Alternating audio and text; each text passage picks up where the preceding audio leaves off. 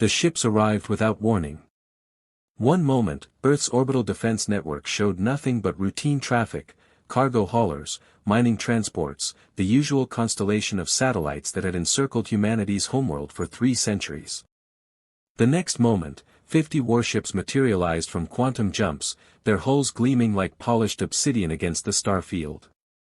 Commander Sarah Chen stood frozen on the bridge of the UNSC Resolute, watching her tactical display explode with red warning icons. Each ship was massive, dreadnoughts that dwarfed anything humanity had ever constructed.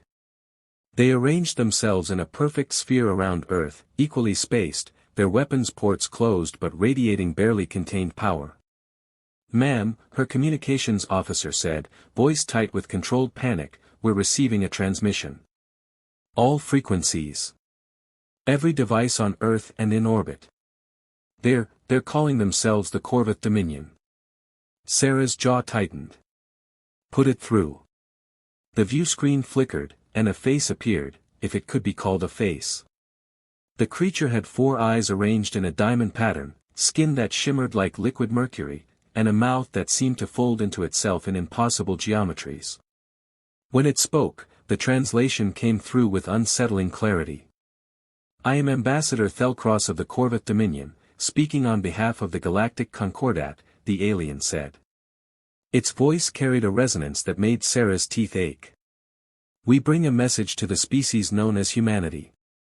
Sarah glanced at her crew. Every face showed the same mixture of fear and disbelief. First contact. After centuries of searching, listening, reaching out into the void, this was how it happened. Not with wonder and exchange, but with warships and ultimatums. "For 200 cycles, we have observed your species," Thelcross continued. "We have studied your history, your nature, your expansion into this stellar region. The Concordat has reached a unanimous decision. Humanity must be contained." The word hung in the air like a death sentence. "You are predators," the ambassador said, and now there was something in its voice that might have been fear. "Your entire evolutionary path has been marked by violence. You wage war not just for resources, but for ideology, for pride, for reasons incomprehensible to civilized species. Your literature glorifies conflict. Your entertainment celebrates destruction. Even your children play at warfare." On Earth below, Sarah knew, billions were watching this broadcast. In homes and offices, in streets and shelters, humanity was learning it was not alone, and that the galaxy viewed them as monsters. "We have seen this pattern before," Thelcross said. 3 times in Concordat history, predator species have reached the stars. Each time, they spread like disease, consuming worlds, enslaving peaceful civilizations. Each time, we were forced to eliminate them. We do not wish to repeat this tragedy. The ambassador's 4 eyes seemed to bore through the screen. "Therefore, by unanimous decree of the 47-member species of the Galactic Concordat, humanity is hereby restricted to your current solar system. You will dismantle your colony ships. You will surrender your quantum drive technology. You will remain within the boundaries we establish, monitored and contained, until such time as you evolve beyond your predatory nature, if such evolution is possible." Sarah felt her hands grip the armrests of her command chair. Around her, the bridge crew sat in stunned silence. "You have 72 Earth hours to comply," Thelcross concluded. "Failure to do so will result in the systematic dismantling of your spacefaring infrastructure. Resistance will be met with overwhelming force. We take no pleasure in this, but the safety of the galaxy demands it. The choice is yours, accept containment, or accept extinction." The screen went dark. For a long moment, nobody spoke. Then Sarah's tactical officer, a young lieutenant named Park, broke the silence with a single word: "Bastards." It seemed inadequate. It seemed perfect. The 72 hours that followed would be remembered as humanity's darkest deliberation. The UN Security Council convened in emergency session.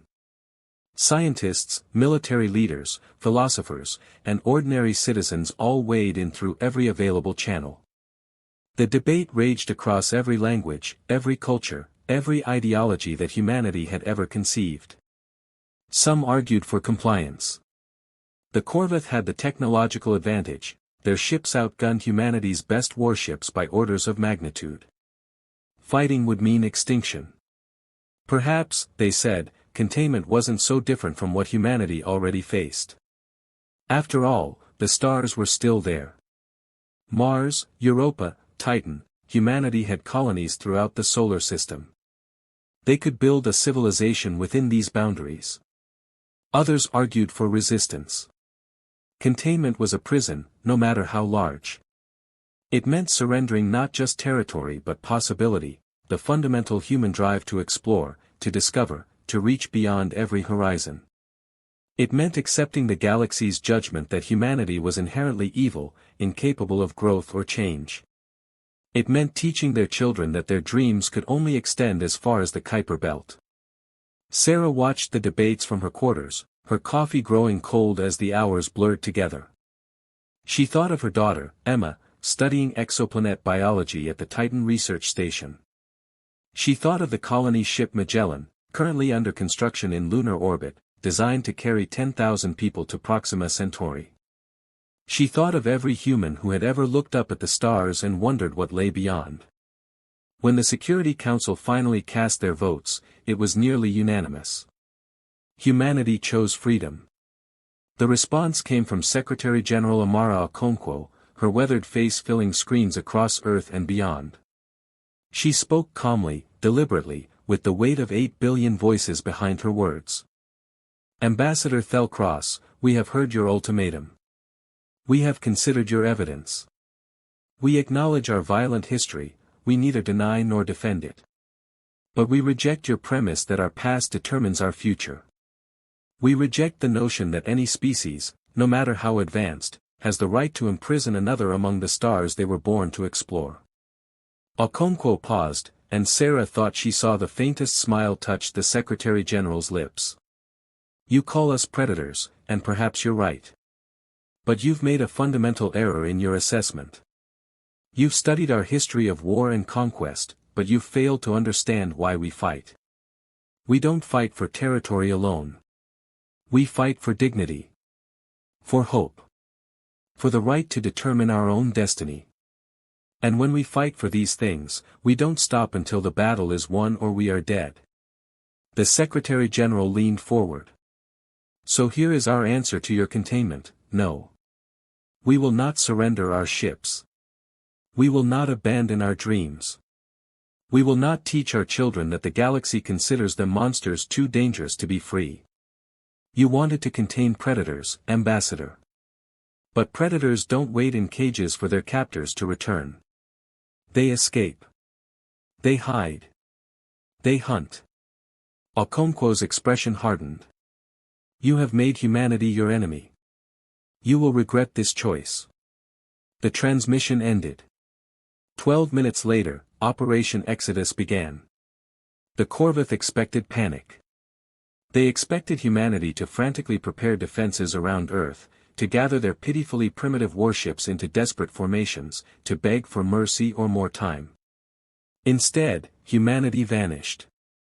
Colony after colony went dark. The domed cities on Mars powered down their lights. The ice mining operations on Europa fell silent. The research stations orbiting Saturn stopped transmitting. Even Earth's orbital infrastructure began to disappear, not destroyed, but methodically dismantled and moved, piece by piece, into the dark.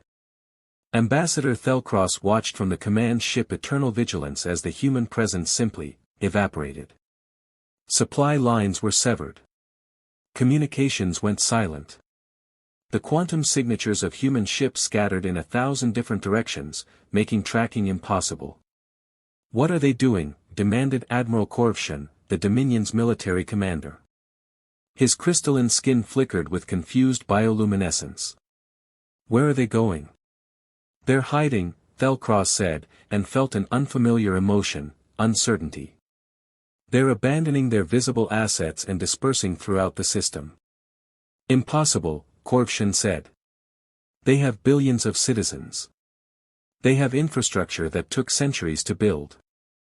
They can't simply hide it all. But they could, and they did. Humanity had 3 centuries of experience surviving in hostile environments. They knew every asteroid belt, every Lagrange point, every patch of empty space where ships could hide in the cosmic background. They'd built their entire civilization on the principle of adaptation, now they adapted to becoming invisible. Within 48 hours, the Sol system looked abandoned. The Corvette sent scout ships to investigate. They found empty stations and cold habitats. The colony on Mars, home to 3 million people, was a ghost town, its domes intact but lifeless. The massive orbital shipyards near Luna sat empty, their construction equipment gone, their partially built vessels missing. It was as if humanity had never existed at all. The first attack came 6 days after the ultimatum expired. A Corvette supply convoy was moving through the asteroid belt, carrying food and equipment for the occupation force. 3 transport ships, escorted by 2 destroyers, routine protection for routine logistics. The human ships came from behind a spinning asteroid, their hulls cold and dark, virtually invisible until they opened fire.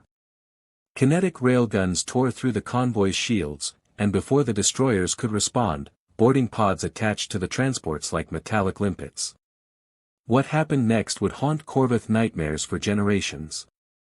The boarding teams moved through the ships like shadows, using tactics no prey species would recognize. They'd studied the Corvette for a week, learning their biology, their psychology, their weak points. They struck at ventilation systems, at power junctions, at command centers. They used smoke and sound and confusion, weapons perfected in thousands of years of human warfare. Within 20 minutes, all 3 transports were captured. The destroyers, trying to avoid hitting their own vessels, hesitated, and in that hesitation, more human ships emerged from the darkness. Missiles streaked through space. One destroyer exploded. The other jumped away, quantum drives screaming. The human ships took everything, food, equipment, weapons, and most valuable of all, quantum communication arrays. Then they melted back into the darkness, leaving only wreckage and a single message broadcast on open frequencies. You wanted predators. Welcome to the hunt. Back on the Eternal Vigilance, Thelcross stared at the after-action reports with growing horror. The attack had been precise, surgical, and utterly ruthless. The humans had shown a level of tactical sophistication that shouldn't be possible for a species contained to one star system. Send word to the Concordat, the ambassador said quietly. Request immediate reinforcement. Full battle fleet. Admiral Korvshin's bioluminescence flickered dark. You think this is the beginning?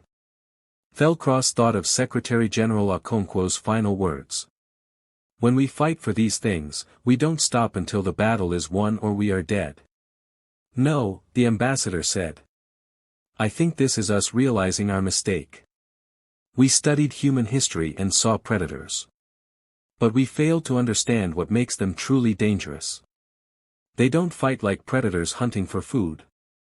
They fight like prey with nothing left to lose, with absolute commitment, with perfect desperation. The ambassador's 4 eyes focused on the tactical display, showing the vast emptiness of the Sol system.